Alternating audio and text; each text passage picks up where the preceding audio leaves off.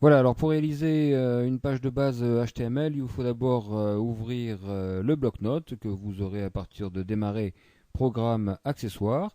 Vous ouvrez donc un nouveau bloc-notes tout beau, tout neuf. Et à l'intérieur de ce bloc-notes, vous allez saisir ce que vous voyez à l'écran, c'est-à-dire les balises HTML de base, dites balises obligatoires pour toute page web, c'est-à-dire la première balise HTML qui sera suivi à la fin par la dernière balise /html qui détermine la fin du document. Ensuite, vous taperez la balise head suivie de /head, ce qui permet de déterminer l'entête de votre document. Et enfin, la balise body suivie de /body qui permet de déterminer le corps du document. C'est à l'intérieur de ces deux balises body et /body que nous pourrons taper le texte qui apparaîtra dans notre future page web. Le contenu de votre page web ne peut être saisi que entre head et /head et body et /body. Ce sont les deux seuls endroits où l'on peut saisir quelque chose.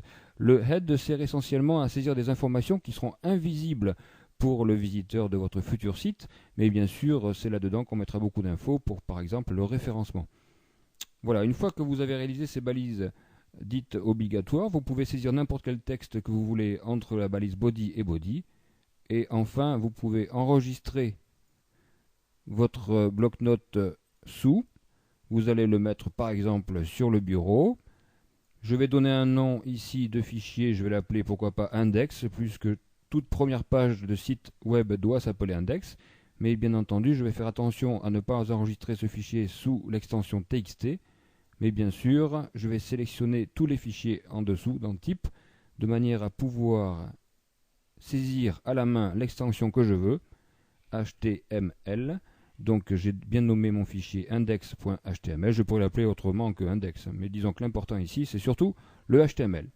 J'enregistre ce fichier, donc sur mon bureau ici, HTML, index.html, ce qui me permet maintenant, en fermant le fichier, de pouvoir remarquer que maintenant ce fichier comporte le logo de mon navigateur, ce qui veut dire que le navigateur a reconnu ce fichier et je peux double-cliquer dessus pour l'afficher dans mon navigateur et voir si je vois bien apparaître, oui, le contenu de ce fichier. Je pourrais bien sûr faire des transformations directement dans affichage source, de manière à changer le source ici.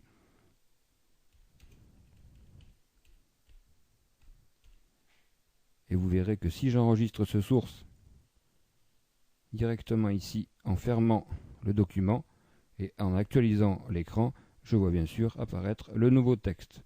Voilà. L'intérêt ici, bien entendu, c'est que l'on peut réaliser comme ceci, si l'on connaît bien sûr le HTML et si on l'apprend, des pages web sans utiliser d'éditeur de site du type Dreamweaver ou FrontPage. A bientôt.